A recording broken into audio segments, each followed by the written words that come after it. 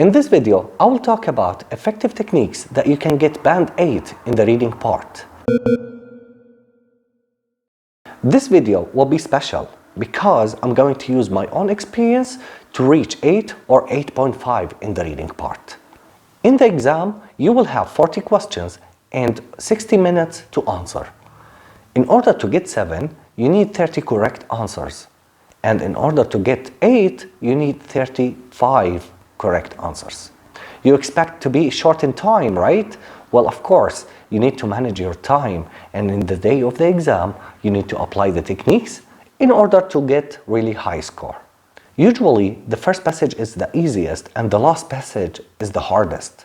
And what the exam tells you to do is to spend 20 minutes on each passage, but that did not work for me. In order to get high score in reading, you need to spend 15 minutes on passage 1, 20 minutes on passage 2, and 25 minutes on the hardest passage, passage 3. Jump. It's a technique that we're going to use in the reading part, and in order to manage your time, you need to answer questions quickly. Whenever you find a question and you do not know the answer, just apply the technique jump. Leave it to the end and come to it after you finish, because you do not have time to waste in the day of the exam.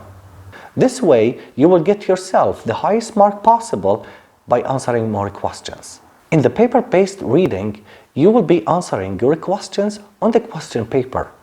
You will not get extra time to transfer your answers to the answer sheet in the day of the exam. So you want to make sure that you transfer your answers within the 60 minutes.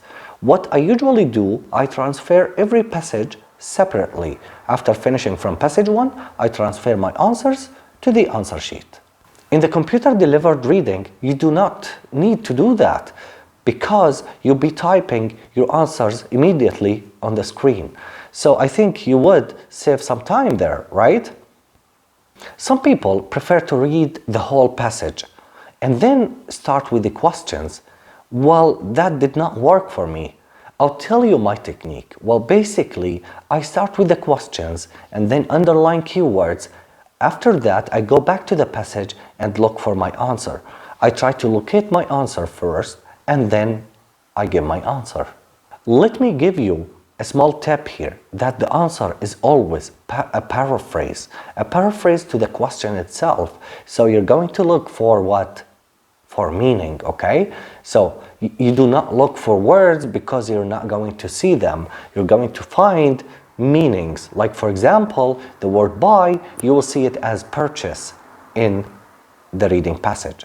Do we have a certain order for the questions in the IELTS reading part? Most questions do. That's why it's a great idea to start with the questions one by one and to try to find answers, because this will make or will save your time. Some questions are not in order. Like, for example, we have the head matching or matching information.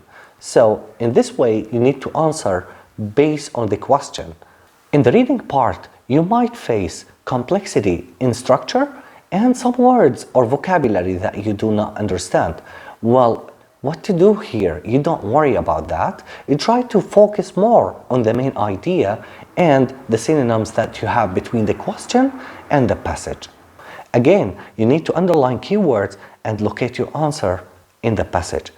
Always remember to look for synonyms, because in the IELTS, they use synonyms a lot. And whenever you find the answer, try to ignore any irrelevant information or details that you do not need, because you will find them there to distract you. So try to avoid them. Thank you guys for watching, and I hope to see you again in other videos. Don't forget to subscribe, and I'll see you later.